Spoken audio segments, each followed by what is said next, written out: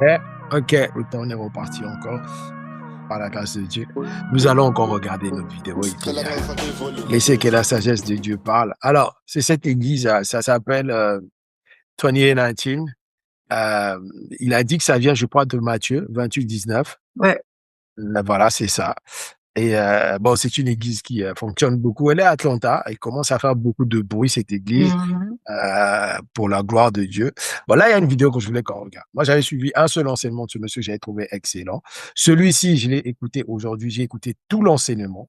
Et il y a ce clip sur cet enseignement qui résume en gros un peu le message de l'enseignement. En tout cas, ça, c'est pas un clip qu'on prend de nulle part. Pour avoir écouté le message d'aujourd'hui, je trouve que ce clip le résume bien. On regarde et puis qu'on en dise. Let's go.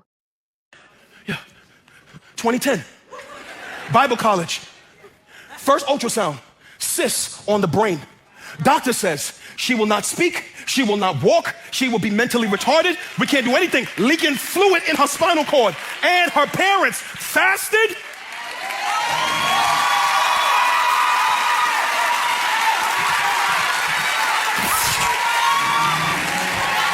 Her parents fasted and prayed and cried out to God, and He performed a creative miracle.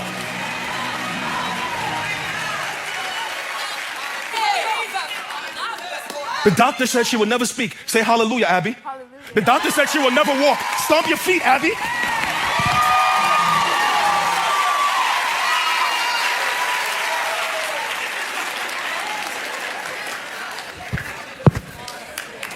You have no idea what God would do when you turn your plate down and you get serious about consecration and prayer and fasting and going after Him with all of your heart.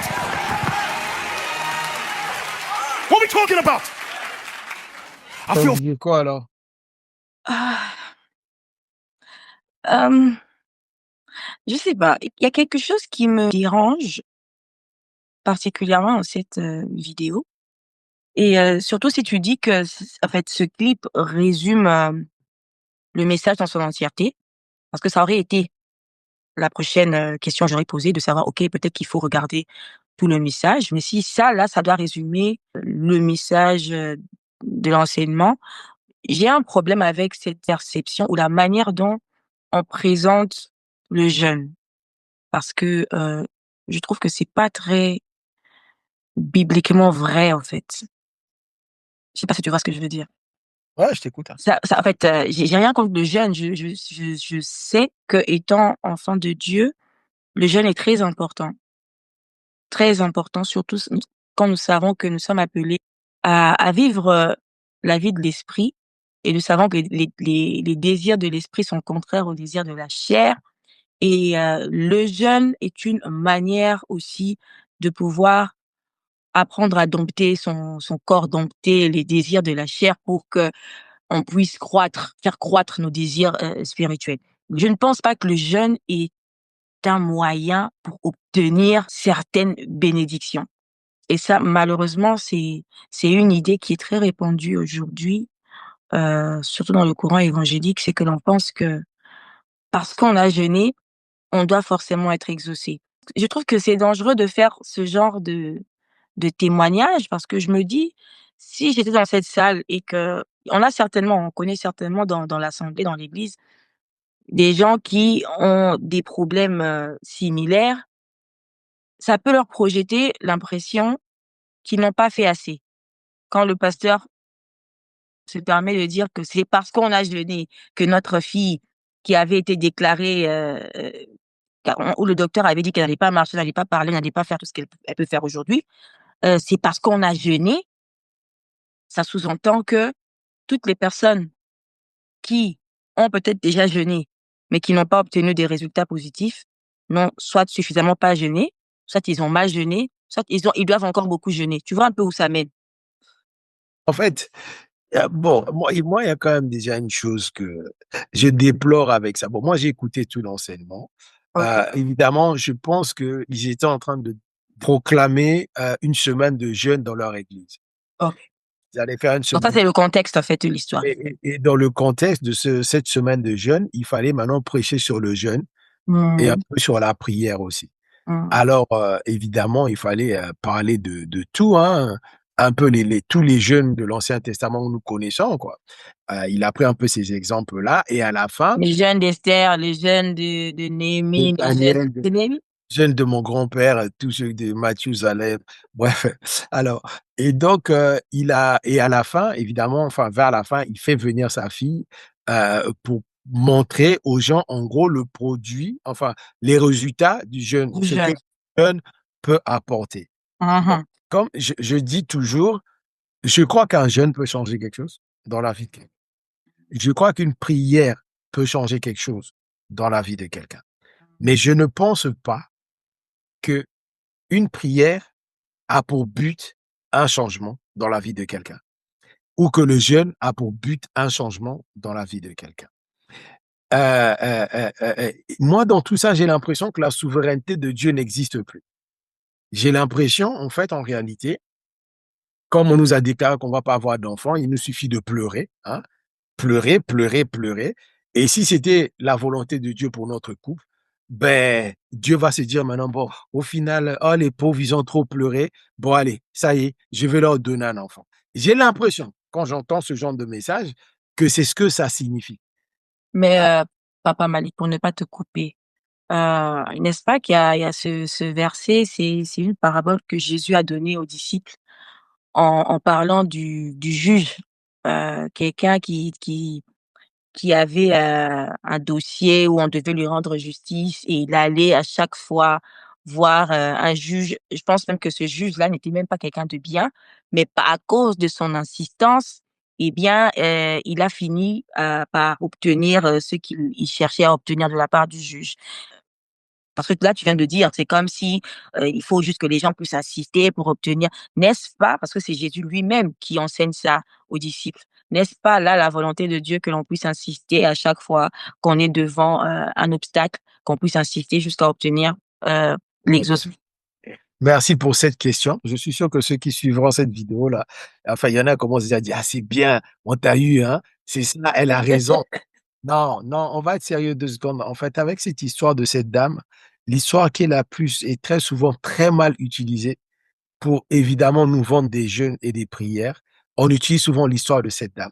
Maintenant, il faut aller au bout de cette histoire. Il faut commencer l'histoire au départ.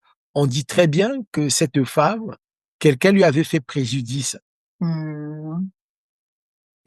Et évidemment, dans ce genre de cas, c'est monsieur le juge qui décide.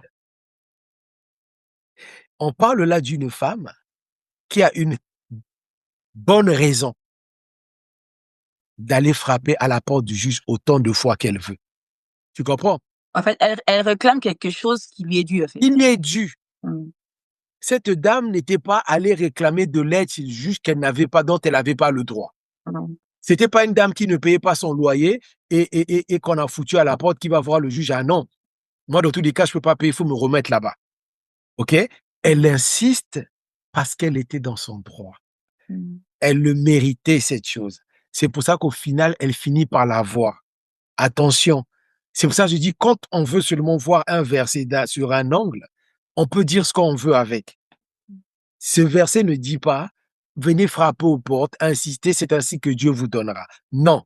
Tant que vous serez dans vos droits. C'est pour ça que Jésus-Christ dit lui-même, tout ce que vous demanderez en mon nom, croyez que vous l'avez reçu. Ah, mais papa Malik, avant que tu continues, si on doit parler des choses qui sont dans notre droit.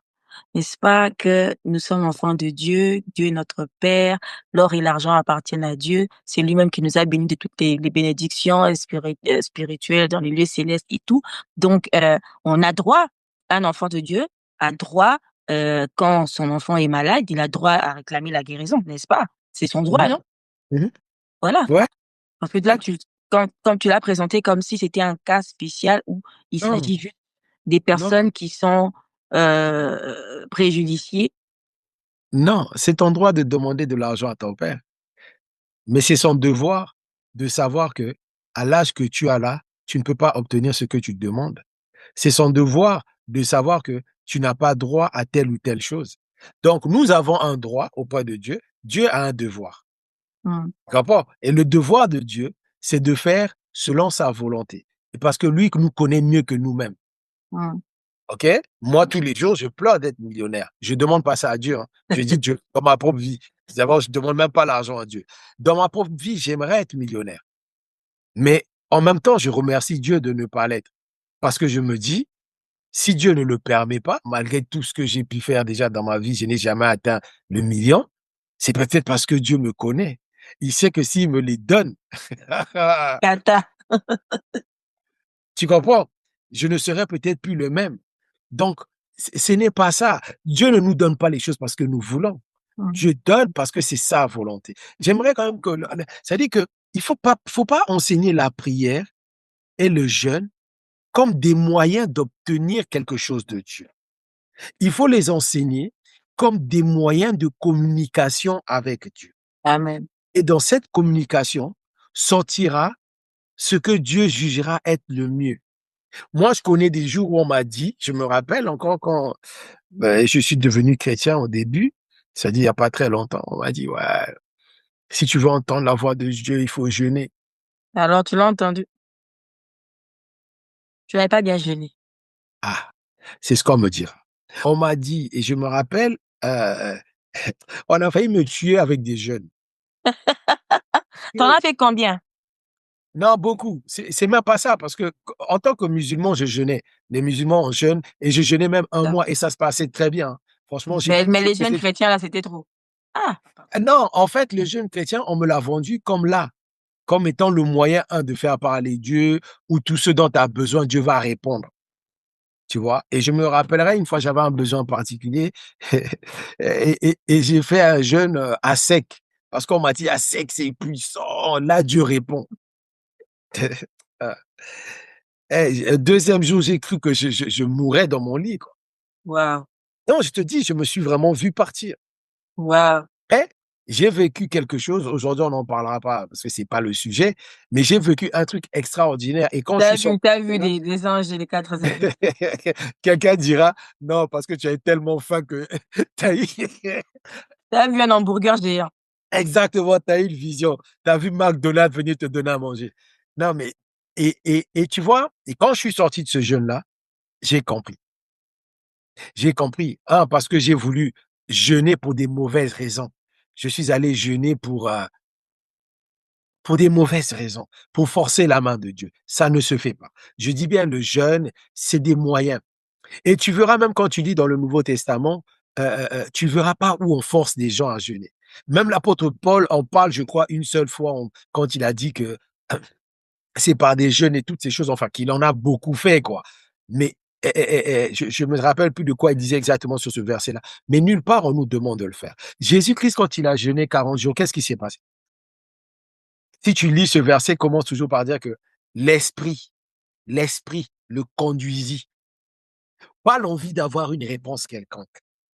Pas le fait, oh Dieu, tu m'as envoyé, c'est quoi mon ministère? Je dois aller rentrer. Ça n'a rien à voir. C'est l'esprit qui l'avait conduit. Moïse, quand il est monté 40 jours à la montagne, c'est qui l'a appelé? C'est Dieu qui l'a appelé.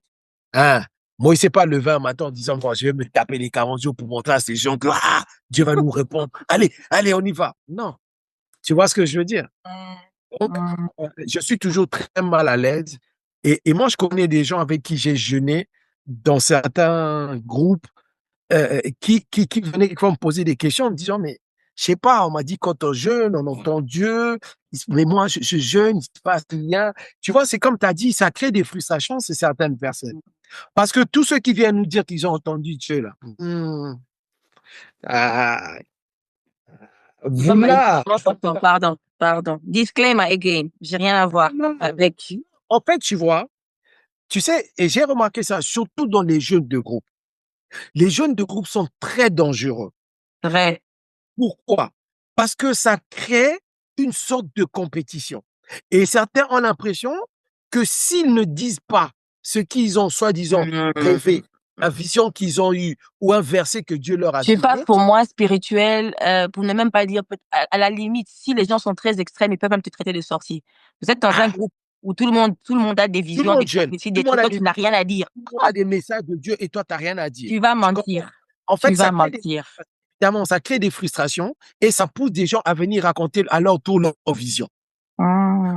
Avec un peu la grâce de l'esprit, tu t'assois, tu écoutes la vision là, tu dis, mon Ça frère, ça, là, c'est quel c'est compliqué.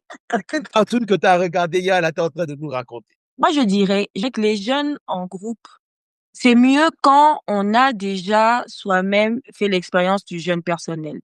Je trouve que c'est très dangereux quand on commence la vie chrétienne d'entrer directement dans une dynamique de groupe, que ce soit dans le jeûne, que ce soit dans la vie de prière en général. Parce que comme tu dis, il y a très vite cette compétition qui se crée, hein. Même la façon de prier.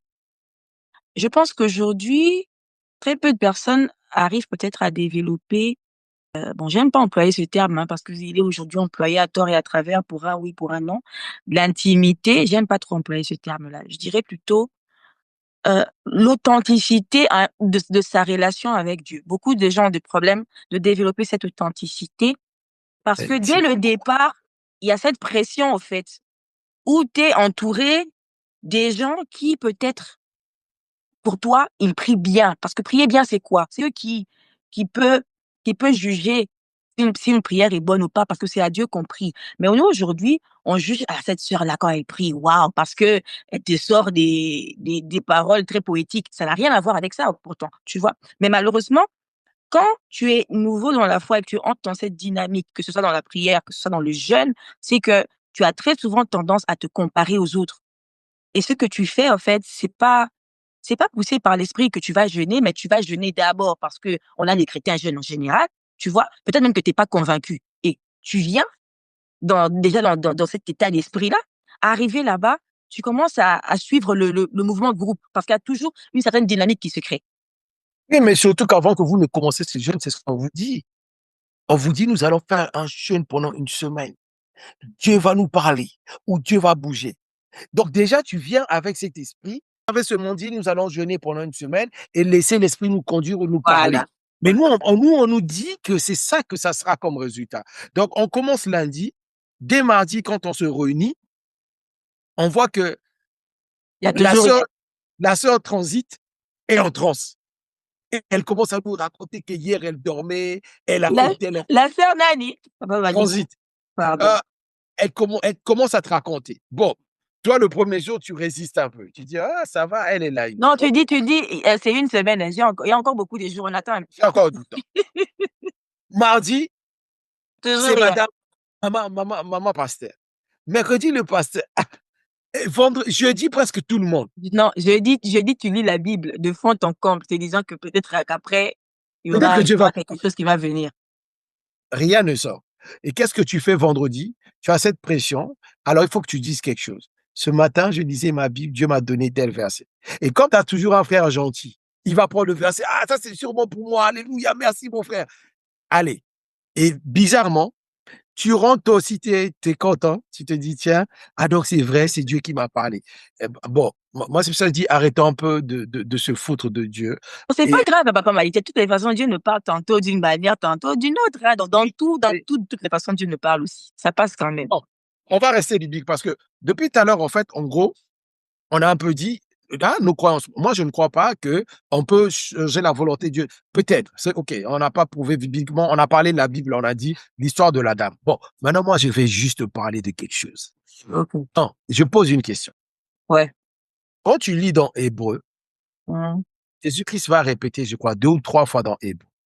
Saint-Esprit va, celui qui va inspirer l'auteur de Hébreu, Des dans ce que Jésus disait, en rentrant dans le monde, ben, même dans les psaumes, il y a aussi ce verset, et il dit, tu n'as voulu ni ni holocauste, sacrifice, ni holocauste, mais tu t'es tu as, tourné encore. point, on arrête d'abord là. Tu n'as voulu ni sacrifice, ni holocauste. Il y a même un endroit où on dit encore, ni offrande. Ah, j'aimerais que, j'aimerais que tu redises ces versets. Pourquoi je dis ça? Ça veut dire quoi? Ça veut dire que tu vois quoi? Tous les sacrifices que nous avons lus depuis Genèse,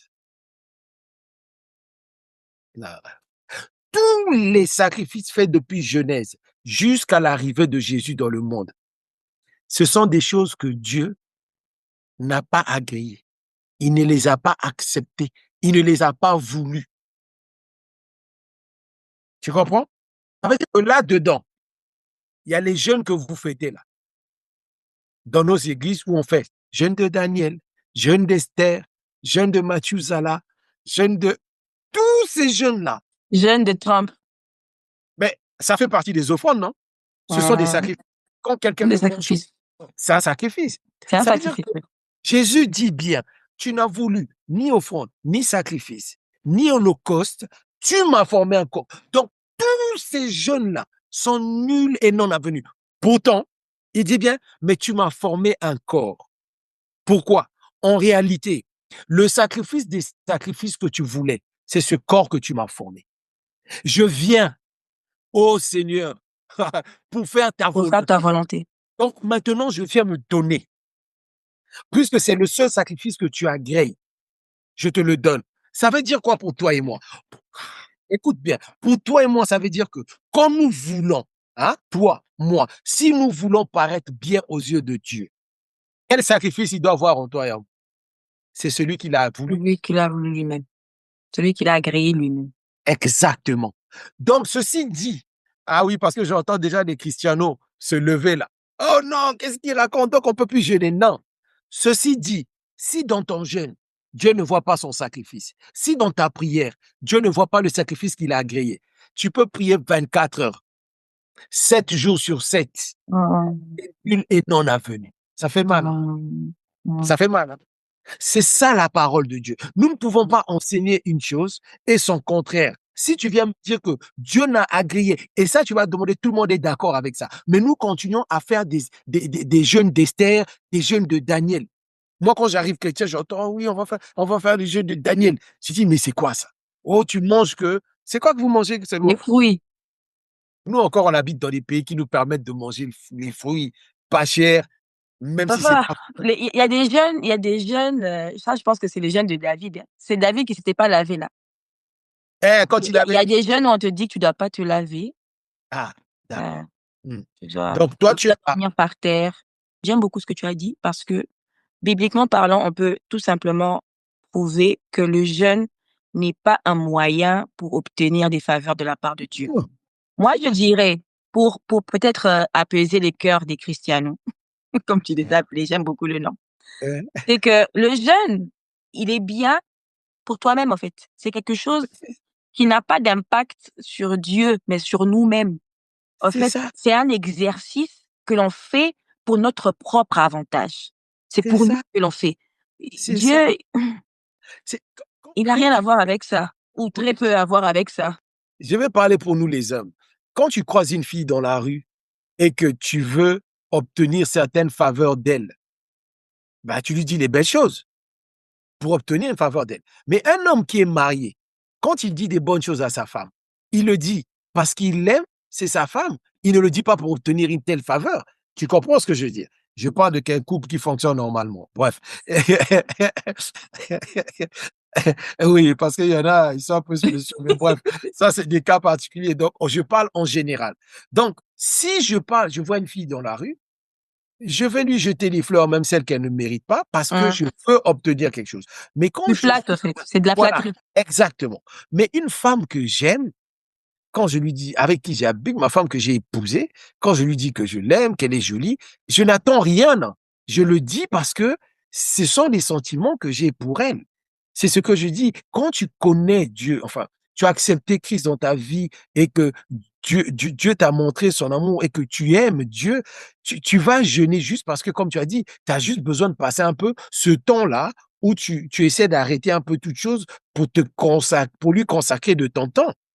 Tu vois? Mais tu n'as pas forcément besoin d'aller là-bas pour entendre quelque chose, pour voir une vision ou pour avoir quelque chose. Parce que ça ne marche pas comme ça. Et je le répète encore, Dieu n'a voulu ni holocauste ni sacrifice. Donc, le seul sacrifice qui s'est voulu, il lui a lui-même donné un corps. Et tant que Dieu ne retrouvera pas son sacrifice en chacun de nous, ça ne marchera pas. Sans oublier que Dieu ne nous donne pas parce qu'on mérite, en fait. Parce que le danger, c'est de commencer à croire que Dieu nous récompense selon les sacrifices que l'on fait pour lui. Si tu penses que tu es exaucé parce que tu as jeûné pendant une semaine et que l'autre se dit, moi, je n'ai pas été exaucé parce que je n'ai jeûné que pendant 3 jours. Qu'est-ce que l'apôtre Paul dit? L'apôtre Paul dit toujours, qu'est-ce que tu as qui ne t'a pas été donné? Qu'est-ce que tu as qui ne t'a pas été donné? Je crois sincèrement que dans le cas de quelqu'un qui est appelé dans un ministère, je crois que Dieu peut t'appeler à faire 30 jours de jeûne. Je crois que Dieu peut te réveiller tous les matins pour prier. Je crois que Dieu peut t'emmener dans une école pour que tu ailles faire un PhD. Je crois à toutes ces choses. Mais même si tu fais tout ça pour enfin commencer ton ministère, ce ne sont pas toutes ces choses que tu as faites qui ont fait ton ministère. C'est Merci. Dieu qui a voulu que tu passes par tout ça pour en arriver là. Et moi, je pense même que parce que dans tout ce que Dieu fait, il y a un but derrière, un but et un enseignement surtout. Moi, je me dis, peut-être que Dieu t'a poussé à faire cela pour t'entraîner dans l'obéissance, au fait. Parce que, at the end of the day, ce qui compte, c'est que quand tu reçois une instruction de Dieu, que tu puisses obéir. Mais c'est pas parce que la chose est quelque chose de sacré, parce que c'est ce que l'erreur que beaucoup de personnes ont fait aujourd'hui, c'est de penser que parce que je suis passé par ce chemin-là, demain, quand C'est tu ça. rencontres un jeune qui entre dans le ministère, tu lui donnes les mêmes conseils. À moi, quand j'ai commencé le ministère, j'ai dû aller Ouais. 30 jours à la montagne pour jeûner. C'est pas que Bon, c'est la formule à suivre pour tout le monde. Peut-être que c'est la recommandation que Dieu t'a donnée à toi et il l'a donnée parce que il voulait voir ton obéissance. ils sont nombreux, hein, on les connaît, des hommes de Dieu très connus qui ont toujours tendance, quand ils se mettent à raconter leur début, c'est nous on partait dans les rues prêcher dès 4 heures du matin, on partait dans les marchés. En gros, si je suis ce que je suis, c'est parce que je suis passé par là. Certains sont même fiers de dire, tu veux mon ministère, mais il faut aussi mettre les chaussures, marcher avec les chaussures avec lesquelles j'ai marché. En fait, j'aimerais juste que nous arrivions à comprendre une chose. Tu peux devenir un très grand homme de Dieu en passant par des choses très difficiles. Mmh. Mais ce que tu dois comprendre, c'est que les choses par lesquelles tu es passé, c'est la volonté de Dieu pour toi. Ne Voilà. fais pas de ces choses une raison de la grandeur de ton ministère, parce que ça Mmh. n'a rien à voir. D'accord? Quand Dieu a appelé Abraham de quitter ses parents, pour certains, c'est peut-être facile. Mais n'oublions pas quand même que ce mec a grandi là-bas. Il y a passé toute sa vie. On le demande de quitter quand même une terre qu'il ne connaissait pas. Il y avait Mmh. quand même certaines difficultés dans l'histoire. Moïse, quand il entend Dieu qui lui demande, qui lui dit qu'il va libérer ce peuple, il va essayer de libérer à sa manière en tuant un Égyptien. Il va essayer de le libérer en allant séparer ses propres frères qui vont le renier. Le mec va fuir pour aller se cacher ailleurs pendant 40 ans à élever les moutons. Vous croyez que c'était facile pour lui? Vous posez la question de savoir qu'est-ce qu'il se disait, mais est-ce que j'ai vraiment entendu une voix qui m'a dit que je vais libérer ce peuple? Tu vois ce que je veux dire? Mmh. David, il était chez lui en train de s'occuper des animaux de son père. On l'appelle, il arrive, on lui jette tout un bidon d'huile sur lui. Oh, ça y est, on te oint, roi. Le mec, il s'attendait même pas à ça. Alors, le lendemain, on vient l'appeler, viens jouer la flûte pour le roi. Après, on lui dit, ramène les pains à ton frère qui se bat là-bas. Il arrive là-bas maintenant. Le Goliath. on veut maintenant le tuer. Tu vois ce que je veux dire? Mmh. Mais Jésus, je suis désolé, Jésus bébé, on l'a fait fuir. Après, Jésus est parti à Nazareth. Du peu que nous savons, Jésus a grandi en paix. Hein? Ah oui, oui, il a grandi un peu à côté de papa Joseph et maman Marie. Papa Malik, qu'est-ce que tu veux nous dire là? Ce que je veux dire tout simplement par là, c'est qu'il faut qu'on... je respecte les gens qui passent par des choses pour atteindre un certain niveau. Parce que ça les forge aussi, ça les forge. Je parle des choses de Dieu. Mais nous n'avons pas tous les mêmes capacités. Tu Mmh. comprends? Je crois aussi qu'il y a des gens qui vont être des très grands ministres de Dieu en ne vivant rien d'extraordinaire, en n'ayant pas besoin d'aller sur des montagnes. Et il y en aura qui doivent grimper les montagnes. Tout ça, c'est une grâce. Si Dieu te donne la capacité de grimper des montagnes, il sait pourquoi il te fait passer par là. Mais n'utilise pas ces moyens pour t'enorgueillir ou pour te prendre pour Dieu. Ou pour descendre ceux-là qui n'ont pas grimpé les montagnes. Et pour venir nous dire surtout, non seulement tu descends ceux qui n'ont pas gravi les montagnes, parce que tu estimes que leur parcours était plat, C'est ce que je suis en train de dire. Beaucoup de gens estiment que le parcours de Abraham, c'était plat. Il a juste quitté ses parents. Il est parti, il arrive chez les Égyptiens, il a envie de manger du maïs. Il en avait pas. Il dit, allez, prenez, c'est ma sœur, elle est belle, pour qu'on lui donne du maïs. En fait, tu vois, c'est ce que dit. Quand tu racontes la vie de la Bible sans la lumière de l'esprit, tu peux parler comme ça, comme si c'était une blague. C'est pour ça que je dis, quand on parle des choses de Dieu, dans la vie de tous les jours, pour réussir, il faut te donner des moyens. Mais dans les choses de Dieu, ça n'a rien à voir. C'est un choix que Dieu fait de te faire passer sur certaines choses et certains vivant des grandes choses, d'autres pas énormément. Pierre a subi, puisque Paul, il a marché avec Jésus, sur qui les gens crachaient, que les gens insultaient. Il s'est vu lui-même renier Jésus. On a tué leur Jésus. Il a seulement entendu. Il n'était même pas présent. Bref, lui aussi, il a subi ces trucs. Mais Paul arrive, c'est celui qui tue tout le monde. Il marche tranquillement dans la rue. Oh, une lumière. Oh, Seigneur. Si tu commences à croire que tu mérites quoi que ce soit dans ta guérison, dans ton ministère, dans ta vie, si tu penses que c'est un mérite parce que toi tu as fait, ou tu n'as pas compris Dieu, ou Dieu ne t'a pas tout simplement appelé. Il faut arrêter. Il y a un moment où on n'a pas besoin de trucs extraordinaires. Si tu commences à mettre les mérites des choses de Dieu sur toi-même, c'est que Dieu ne t'avait pas appelé. Ça, c'est comme... Ou tu as carrément été mal enseigné, parce que moi, je me dis aujourd'hui qu'il y a eu beaucoup de dérives qui sont entrées dans le but peut-être de motiver les gens à jeûner, parce que c'est vrai que le jeûne n'est pas un exercice facile, mais un exercice important. Je comprends le besoin de chercher à motiver les chrétiens à jeûner beaucoup plus, à prier beaucoup plus, mais il est important, primordial de comprendre avant le concept, déjà de la souveraineté de Dieu en ce qui concerne tout ce qu'on vient soumettre à Dieu, de comprendre, 2, le concept de la volonté de Dieu, que Dieu n'exauce que ce qui est dans sa volonté.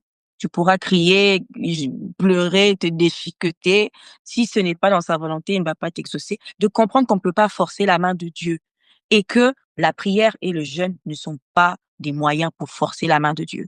Malheureusement, je vois des gens qui sont convaincus, quoi, dans la vidéo qu'on a suivie, où c'était ça même le message, le témoignage était que nous avons jeûné et ça s'est passé. Je ne doute pas du fait que Dieu ait agi, mais je doute du fait que Dieu ait agi parce qu'ils ont jeûné. C'est là où je dis qu'il faut faire très attention. C'est ça le problème. Et eux, ils ont conclu que c'est leur jeûne qui l'a fait. Et comme tu as dit... Et je pense que c'est même le cas pour toutes les personnes qui viennent nous présenter le jeûne de cette manière. Ils ont eux-mêmes toujours des témoignages à présenter. Il te dira, c'est après avoir jeûné 40 jours et 45 nuits que Dieu nous a exaucés. Mais c'est ça un peu le danger. En fait, moi, j'estime aujourd'hui que nous avons et que nous faisons tous, c'est de croire. En fait, on oublie Dieu, on oublie le Christ en nous. Nous croyons que c'est ce que nous faisons qui fait que Dieu agit dans nos vies. Écoute-moi, avant que je devienne chrétien, je n'ai jamais demandé à devenir chrétien. Je ne savais même pas ce que c'était devenir chrétien. Alors, excuse-moi, c'est pas quand je deviens chrétien que tu vas me faire croire que j'ai d'abord des choses à faire pour que Dieu agisse. Là où j'étais, moi, je ne le connaissais pas. C'est lui qui est venu me chercher. Tu vois ce que je veux dire ou pas? Donc, je trouve que c'est très dangereux et c'est très religieux. Pas le mot religieux parce que les gars, normalement, c'est quelque chose de bon. Religieux signifie la relation avec un être suprême. Dans notre cas, donc avec Dieu, avec Christ. Donc, religion n'a rien de mauvais. Mais bon, je parle de la religion, de la manière dont les hommes proposent la religion. Le danger avec la religion, c'est que la religion met ta relation avec Dieu devient conditionnelle. Elle est conditionnée. Donc, elle est conditionnée par le nombre de fois que tu lis, que tu jeûnes, que tu vas à l'église, bref, c'est ça en fait. C'est ça la religion. Or, j'aime pas non plus faire comprendre la relation, tout ça c'est des conneries. En fait, ce que je veux tout ça pour vous dire que tel que les hommes vendent la religion, c'est ça. C'est-à-dire qu'il y a des choses qu'il faut faire pour atteindre Dieu. J'étais musulman, je sais. Les musulmans, on disait, tous les biens en gros que tu fais, c'est des points que tu mets pour aller au paradis.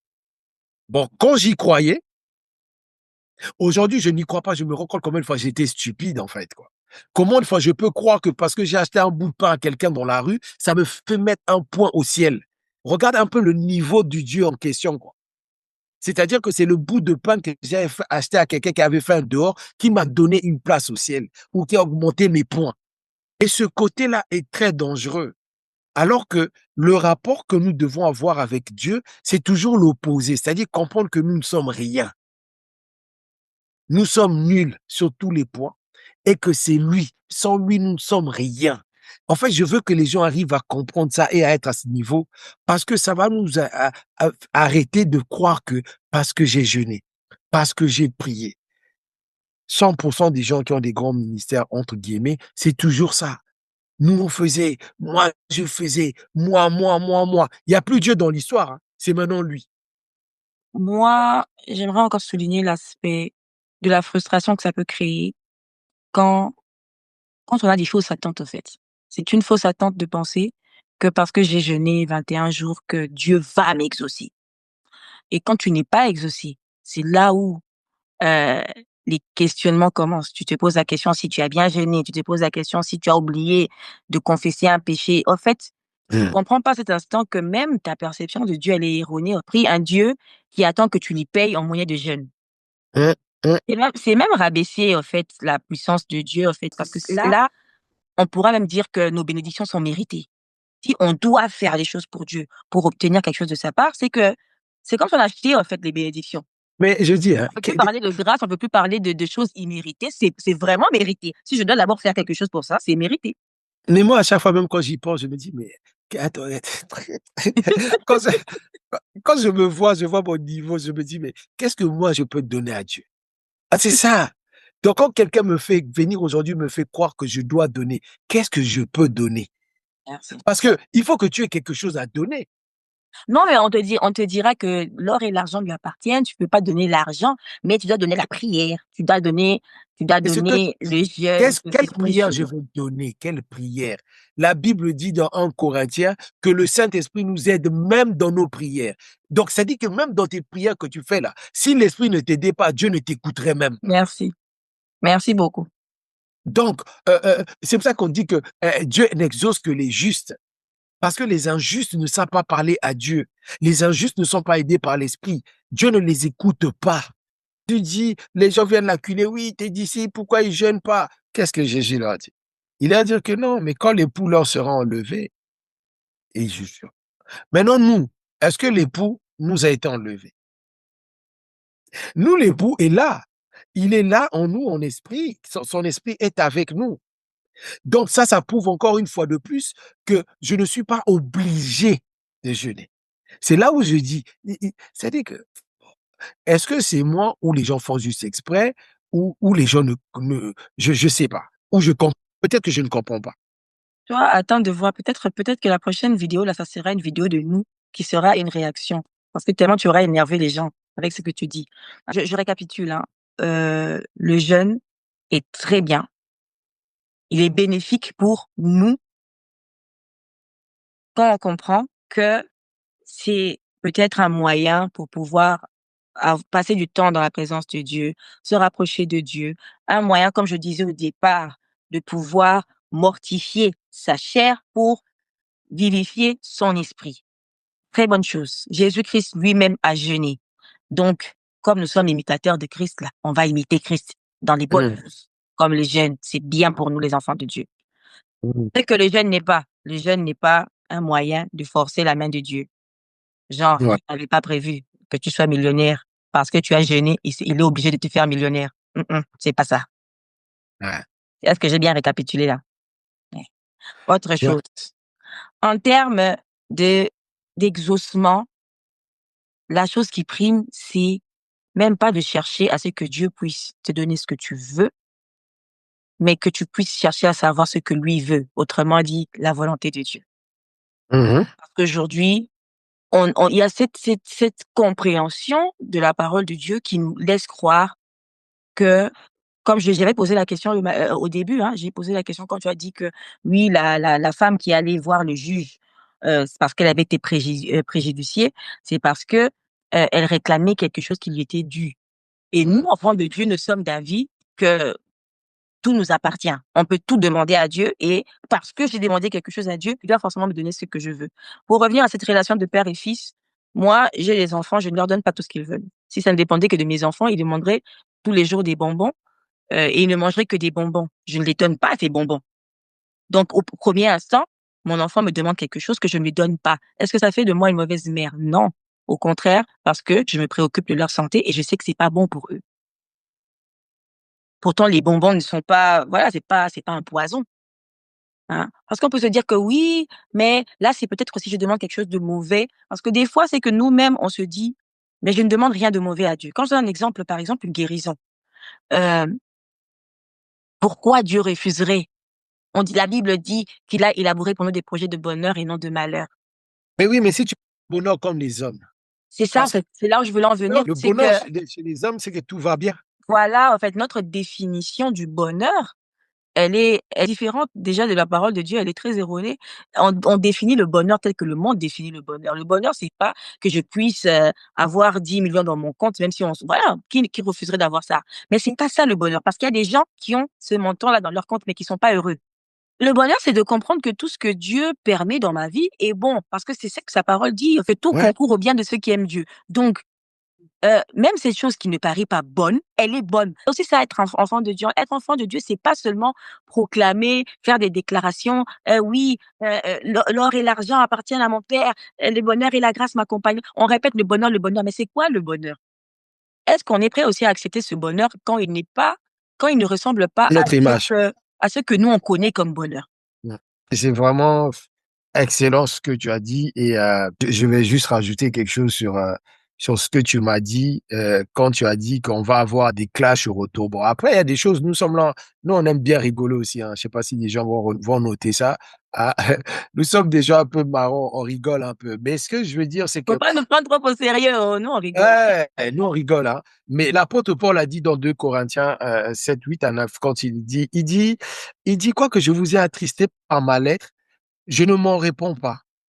Il dit si je m'en suis repenti, car je vois que cette lettre vous a attristé, bien que momentanément. Au verset 9, il dit, je me réjouis à cette heure, non pas de ce que j'avais été attristé, mais de ce que votre tristesse vous a porté à la repentance, car vous avez été attristés selon Dieu, afin de ne recevoir de notre part aucun dommage.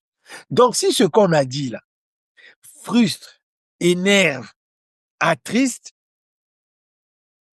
il n'y a aucun regret. Si seulement, si seulement, tous ces sentiments peuvent venir de Dieu et peuvent être un moyen de ramener à la repentance. Repentance signifie pas aller s'agenouiller dans sa chambre pour dire Seigneur, pardonne. Non. Repentance, c'est tout simplement se détourner de ses mauvaises voies. Voilà, nous ne sommes pas parfaits. Nous avons regardé une vidéo où nous avons vu un très bon témoignage de quelqu'un qui déclare qu'après le jeûne et les prières, Dieu a agi sur son enfant. Nous ne rejetons pas ces témoignages, nous ne disons pas que ça n'existe pas. Ce que nous disons, c'est attention de faire croire qu'il faut passer par là pour obtenir quelque chose.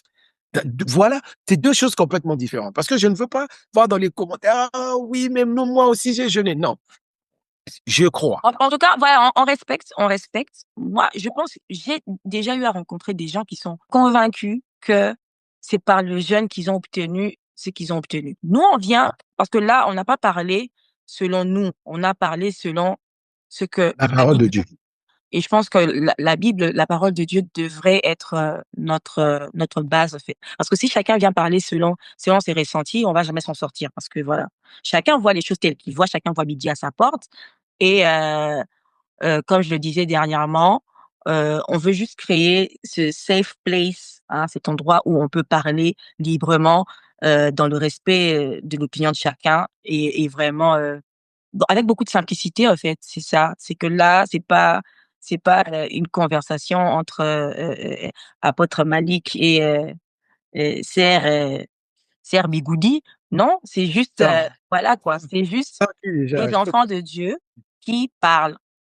Genre, ce genre de conversation, on l'a très souvent, hein, dans notre en privé. On l'a très Ouais. souvent et c'est même ça qui les Aujourd'hui, encourage. on vient juste partager nos Voilà, conversations avec les autres. exactement. Tout Voilà, simplement. donc On aurait pu directement vous donner nos conversations WhatsApp et puis ça. c'est ça. On passe vraiment nos journées à nous envoyer des vidéos. Je vois une vidéo intéressante, j'envoie à Papa Malik voit une vidéo intéressante, il m'envoie et on partage et de ces partages, heu, sortent beaucoup, de révélations, beaucoup de Ouais, en voilà, gros. on apprend parce que même nous là, pendant qu'on partage, on est en train d'apprendre. On s'est dit: «Pourquoi pas ne pas partager ça? Peut-être que ça peut aussi apporter de la lumière à quelqu'un d'autre, tant que c'est pour la gloire de Dieu, tant pis». On pouvait être Voilà. là et parler, de foot ou parler, je sais pas moi, d'autres choses, mais bon, on se dit: Ouais, ouais. Surtout que Barça a fait une remontada. Il «Ah, y a de quoi dire. vous voyez? Donc là, on allait être là, parler du Barça, parler de l'arbitrage, du Real, Le parler, PSG du aussi a fait mercato». remontada. Ouais, ouais. Hein, parce que je me connais aussi un peu en foot, hein, donc voilà, dans Ah même dans les ben, espaces de foot, là, je peux bien ah, parler. Mais non, on vient ah, quand même parler de ça. Donc, alors ça devrait pas être une histoire de qui a raison, qui a tort. non. Heu, que seul Christ puisse avoir toujours raison. Nous autres là, si on a tort, c'est pas grave. C'est vraiment pas grave. Bah, ouais. Ça fait partie de notre humanité. Voilà. Là, voilà, on a juste partagé un avis. Moi, je pense que c'est comme je dis toujours, bon, là, le prochain sujet, j'aimerais qu'on parle un peu aussi des témoignages, mais Mmh. parce qu'il y a des choses à dire au sujet des témoignages. Mais Je celui-ci, peux te chercher des vidéos très intéressantes de témoignages. On a plein sur YouTube. oui, franchement, ouais. On prendra un exemple, mais il y aura beaucoup à dire sur les témoignages. Donc, Mmh. la prochaine vidéo sera sur les témoignages. Au moins, comme ça, on sait déjà de quoi on va parler. En tout cas, celui-ci, comme je dis bien, c'est un très beau témoignage. Nous bénissons le Seigneur pour la vie de ce couple, c'est-à-dire que Amen. Mmh. dans Gloire à l'enfant, Dieu. n'a pas été le légume qui a été annoncé par les médecins. Par les médecins. Rendons gloire à Dieu. Mais nous Mmh. rendons aussi gloire à Dieu pour tous les parents qui ont des enfants qu'on appelle légumes aujourd'hui. Et parce que dans toutes les choses, Dieu est glorifié, en fait. C'est- Amen. Donc, c'est juste ça que nous voulons que les gens comprennent. On n'a Mmh. pas envie de venir glorifier Dieu ici que quand tout va bien. Il faut qu'on Voilà, voilà. guérisse ceux dont les diagnostics ont été prouvés le contraire par la puissance de Dieu, mais je rends aussi grâce pour tous ceux qui sont restés sur leur siège, ceux qui sont dans leur lit, qui ne peuvent pas manger seuls, qui ont Mmh. d'être des insulines, des machins. Tous ces gens-là, je glorifie Dieu pour eux, Amen. parce que c'est ça la grandeur de Dieu. Dieu Amen. n'est pas grand dans la perfection Mmh. charnelle, c'est-à-dire dans notre manière de voir les choses. Mais Dieu est grand même dans ces choses-là. Parce Yes. qu'il y a des enfants tellement malades, quand tu les vois, tu dis, mais comment ces gens arrivent à vivre avec? Et Mmh. c'est ça qui montre la grandeur de Dieu. Parce que Amen. humainement, c'est très difficile. Et tu vois, dans ce genre de situation, personne ne loue Dieu pour cette famille. On se rend même pas compte de la force et de la capacité que Dieu leur donne, en fait, Mmh. à essayer de vivre normalement. Mmh. Leur situation ne le permet pas. Exactement. Merveilleux dans Dieu. Je veux juste qu'on en arrive tous là, quoi, à rendre gloire à Dieu à toutes choses, Voilà, même quand ton voisin te gifle, que tu arrives à rendre gloire à Dieu. Et ça, c'est ça, le but. Voilà. Merci. voilà. Que Dieu vous bénisse. On se retrouve à la prochaine. Bye Ciao. bye. Kailangan sa volume.